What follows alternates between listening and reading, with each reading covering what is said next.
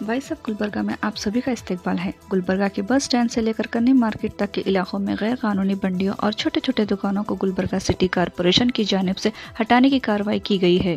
इस इकदाम के नतीजे में अवाम को शदीद मुश्किल का सामना करना पड़ रहा है।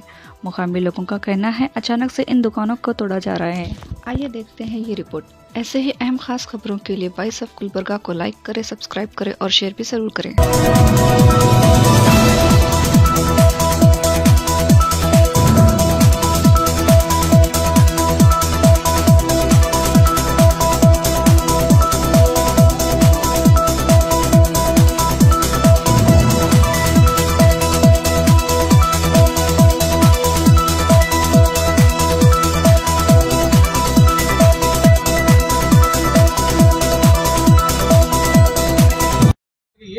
ಈಗ ನನ್ನ ಗಮನಕ್ಕೆ ಬಂದಾಗ ನಾನು ಕಾರ್ಪೊರೇಷನ್ ಜೂನಲ್ ಆಫೀಸರ್ಗೆ ಮಾತನಾಡಿದೆ. ಇದು ತಪ್ಪಾಗ್ತದೆ. ಯಾರೇ ಮನುಷ್ಯ ಏನಪ್ಪ ಅಂದ್ರೆ ಸ್ವಾಭಾವಿಕವಾಗಿ ಈ ಪಿಟ್ಟಿ ಬಿಸ್ನೆಸ್ನವ್ರು ಏನಪ್ಪ ಅಂದ್ರೆ ರೋಡಿನ ಮೇಲೆ ಪಕ್ಕದಲ್ಲಿ ಕೂತು ವ್ಯಾಪಾರ ಮಾಡ್ತಿರ್ತಾರೆ. ಅವ್ರಿಗೆ ಏನಪ್ಪ ಅಂದ್ರೆ ನೋಟಿಸ್ ಕೊಟ್ಟು ಒಂದು 5 ದಿನ 2 ದಿನ ಟೈಮ್ ಕೊಟ್ಟು ಅದನ್ನು ಕಿತ್ತಬೇಕು. ಒಂದು ವೇಳೆ ಅವರು ತೆಗಿಲಿಲ್ಲ, ನೀವು ಟೈಮ್ ಕೊಟ್ಟಂಗೆ ಕೂಡ ಅದು ಎತ್ಕೊಂಡು ಹೋಗ್ತಕ್ಕಂಥ ಪದ್ಧತಿ ಇದು.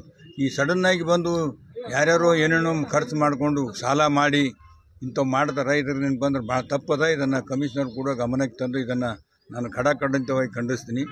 ಇದನ್ನೇನಪ್ಪ ಅಂದರೆ ಈ ರೀತಿ ಆಗಬಾರ್ದು. ನೋಟಿಸ್ ಕೊಟ್ಟು ಅವರಿಗೆ ಟೈಮ್ ಕೊಟ್ಟು ತೆಗಿಲಿಕ್ಕೆ ಹಚ್ಚಬೇಕು. ತೆಗೆದ ಮ್ಯಾಗಿನ ತೆಗಿಲಿಲ್ಲ ಅವರು ಅಂದ್ರೂ ಕೂಡ ಸಾರ್ವಜನಿಕ ತೊಂದರೆ ಆಗ್ತದೆ ಅಂಥೇಳಿ ನಾವು ಈಗಾಗಲೇ ಬಸ್ಗಳು ರಶ್ ಅದ. ಸುಮಾರು ಒಂದು ದಿನಕ್ಕೆ 1045 ಬಸ್ 450 ಬಸ್ ಹೋಗ್ತವೆ.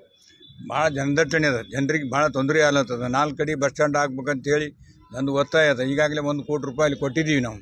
ಬಸ್ ಏನಪ್ಪ ಅಂದ್ರೆ ಕಣ್ಣಿ ಮಾರ್ಕೆಟ್ನಿಂದ ಹೋಗ್ಬೇಕು, ಈ ರೋಡಿಂದ ಹೋಗಬಾರ್ದು ಅಂತೇಳಿ ಈ ರೀತಿ ಜನರಿಗೆ ಸೌಲಭ್ಯ ಆಗ್ತಕ್ಕಂಥ ರೀತಿಯಲ್ಲಿ ಮಾಡ್ತಾಯಿದ್ವಿ. ಇದೂ ತೊಂದರೆ ಆಗ್ತದಂದ್ರೆ ತೆಗಿಲಿ, ನೋಟಿಸ್ ಕೊಟ್ಟು ತೆಗಿಲಿ.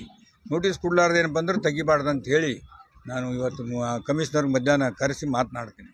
ಸರ್, ಈಗ ಬೆಳಗ್ಗೆ ಯಾರ್ದು ಡಬ್ಬಿ ಎತ್ಕೊಂಡೋಗ್ಯಾರ ಸರ್, ಅವ್ರದ್ದೇನು ಈಗ ನುಕ್ಸಾನ್ ಆಗ್ಯದ ಸರ್, ಅವ್ರದ್ದು ಹ್ಯಾಂಗೆ ಸರ್? ಅದ್ರ ಬಗ್ಗೆನೇ ಮಾತಾಡ್ತೀನಿ. ಕಮಿಷನರ್ ಮೇಲೆ ಹೇಳಿದ್ದೀನಿ.